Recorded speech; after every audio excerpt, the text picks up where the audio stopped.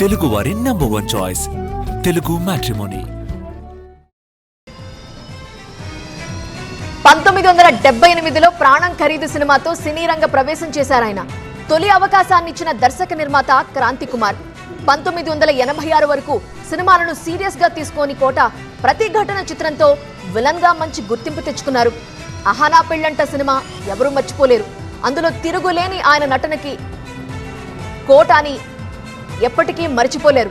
ఆ కోడిని ముందు పెట్టుకుని ఒట్టి అన్నం తిన్నది, రాత్రిపూట పేపర్ కట్టుకునేది. అహనా పెళ్ళంటలో ఆయన యాక్టింగ్ నెక్స్ట్ లెవెల్. కోట బాబుమోహన్ జంట అంటే కూడా సినిమా హిట్టే అనే టాక్ ఉండేది. కోట బాబుమోహన్ కలిసి దాదాపు 60 చిత్రాల్లో నటించారు.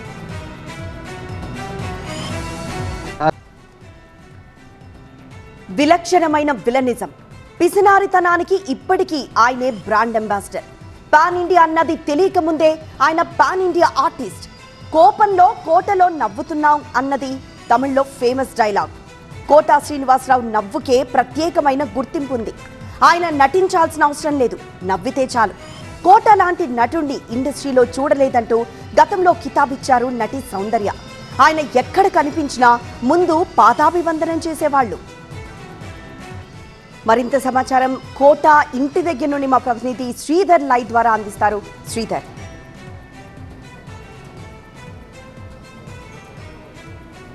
ప్రముఖ సినీ నటుడు కోట శ్రీనివాసరావు కొద్దిసేపటి క్రితం తెల్లవారుజామున మృతి చెందిన ఘటన చోటు చేసుకుంది.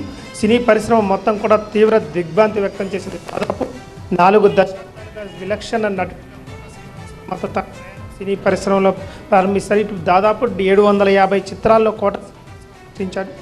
కోట శ్రీనివాసరావు చూసుకుంటే కంకి నిర్మించారు. ఇటు బాల్యం నుంచి కూడా కోట శ్రీనివాసరావుకి ఇటు నాటకాల మీద ఆసక్తి ఉండటంతో ఆ తర్వాత నాటకాల నుంచి సినీ పరిశ్రమ వైపు వెళ్ళిన కోట శ్రీనివాసరావుకి 2 కూతుర్లు 1 కొడుకు ఉన్నారు. కోట శ్రీనివాసరావు కొడుకు కూడా 2010లో రోడ్డు ప్రమాదంలో మృతి చెందిన ఘటన చోటు చేసుకుంది. గతంలో విజయవాడ తూర్పు నియోజకవర్గం నుంచి కూడా కోట శ్రీనివాసరావు పోటీ చేసి విజయం సాధించారు. ఆ తర్వాత 2015లో పద్మశ్రీ పురస్కారాన్ని కూడా కోట అందుకున్నారు. 9 నంది పురస్కారాలు కూడా కోట అందుకున్నారు. 1978లో ప్రాణం ఖరీదు సినిమాతో సినీ రంగం ప్రవేశం చేశారు. చూసుకుంటే మాత్రం ఇటు కోట శ్రీనివాసరావు ఇంటి దగ్గర మాత్రం తీవ్ర విషాద ఛాయలు అలుముకున్నాయి. ఒక్కొక్కరుగా సినీ ప్రముఖులు కూడా కోట శ్రీ ఇంటికి మాత్రం వస్తున్నారు. ప్రస్తుతం ఇటు తనికెళ్ల భరణి కూడా కోట నివాసానికి చేరుకున్నారు. ఒక్కొక్కరుగా కోట నివాసానికి చేరుకుంటుండటంతో ఇటు సినీ పరిశ్రమ కూడా తీవ్ర దిగ్భ్రాంతి వ్యక్తం చేస్తుంది. దాదాపు 750 చిత్రాల్లో నటించిన విలక్షణ నటుడిగా కోట శ్రీనివాసరావుకు గుర్తింపు ఉంది. ఇటు హాస్య చిత్రాల్లో కానీ ఇటు విలన్ గా కానీ ఏ రసాన్నైనా పండించడంలో మాత్రం కోట శ్రీనివాసరావు మాత్రం ఇటు ముందుంటారు. సినీ పరిశ్రమకు ఒక పెద్ద దిక్కుగా ఉన్న కోట శ్రీనివాసరావు ఈ రోజు తెల్లవారుజామున మృతి చెందడంతో మాత్రం సినీ పరిశ్రమ తీవ్ర దిగ్భ్రాంతి వ్యక్తం చేసింది. ప్రస్తుతం మాత్రం కోట శ్రీనివాసరావు మృతదేహాన్ని ఇంట్లో ఉంచారు. మరి సేపట్లో మాత్రం కోట శ్రీనివాసరావు మృతదేహాన్ని ఇక్కడ బయటికి తీసుకొచ్చి ఇక్కడ సందర్శనార్థం ఉంచే అవకాశం ఉంది. అటు అభిమానులు కూడా భారీగా తరలి వస్తుందో సినీ ప్రముఖులు కూడా ఒక్కొక్కరుగా తరలి రావడంతో మాత్రం కోట శ్రీనివాసరావు నివాసం వద్ద ఒక్కొక్కరుగా ఛాయలు అలుముకున్నాయి.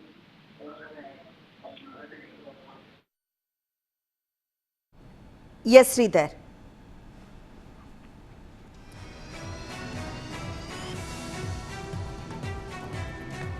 సో అది తీవ్ర దిగ్భ్రాంతిలో ఉంది Telugu cine industry.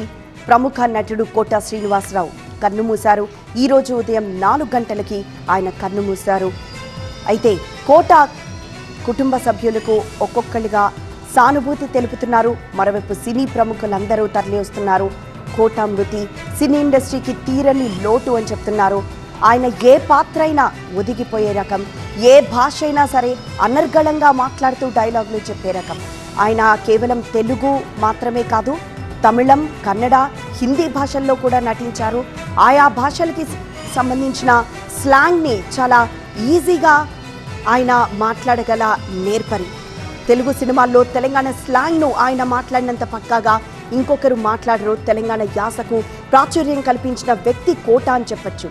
Serious looks అయినా, వెకిలి నవ్వైనా, గంభీరమైన స్వరమైనా, ఆయా ప్రాంతాలకు సంబంధించిన యాసలైనా దర్శకులు క్యారెక్టర్ రాసుకున్నాక అనుకునే ఫస్ట్ పేరు కోట శ్రీనివాసరావే. ఇక సినిమా ఇండస్ట్రీలో తరాలు మారుతున్న కోటతో ఒక్క సీన్ అయినా చేయించాలనుకునేవారు దర్శకులు. అప్పటి టి కృష్ణ మొదలు ముత్యాల సుబ్బయ్య, ఈవీవి నుంచి ఇప్పటి త్రివిక్రమ్, హరీష్ శంకర్, బొమ్మరిల్లు భాస్కర్ వరకు ప్రతి ఒక్కరూ ఆయన కోసం స్పెషల్గా క్యారెక్టర్లు డిజైన్ చేసేవాళ్లే. చాలా సందర్భాల్లో చాలా డైరెక్టర్లు చెప్పుకొచ్చారు, ఒక క్యారెక్టర్ రాసుకున్న తర్వాత, డైలాగులు రాసుకున్న తర్వాత ఖచ్చితంగా ఫస్ట్ కోటాని సంప్రదించిన తర్వాత ఇతర యాక్టర్ల దగ్గరికి వెళ్ళేవారంట. అయితే కోట వయోభారంతో బాధపడుతూ ఉండడంతో కొన్నిసార్లు ఒప్పుకునేవారు, కొన్నిసార్లు ఒప్పుకునేవాళ్ళు కాదా క్యారెక్టర్స్కి. ఆయన ఆరోగ్యం సహకరించకపోవడంతో చాలా క్యారెక్టర్స్ ఆయన వదులుకున్నారు. కానీ దర్శకుల ఫస్ట్ చాయిస్ ఎక్కువగా ఎప్పుడు కోటాకి ఉండేది.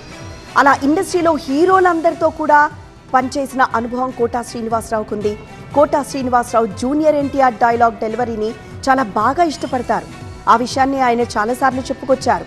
పల్లెటూళ్లలో ఎన్ని రకాల క్యారెక్టర్లు కనిపిస్తాయో అన్నింటినీ తాను పోషించానన్న సంతృప్తి ఒకటి ఆయనలో కనిపిస్తూ ఉంటుంది. ఎందుకంటే ఆయన ప్రతి పాత్రలో నటించి మెప్పించారు, ఆ పాత్రలకు ప్రాణం పోశారు.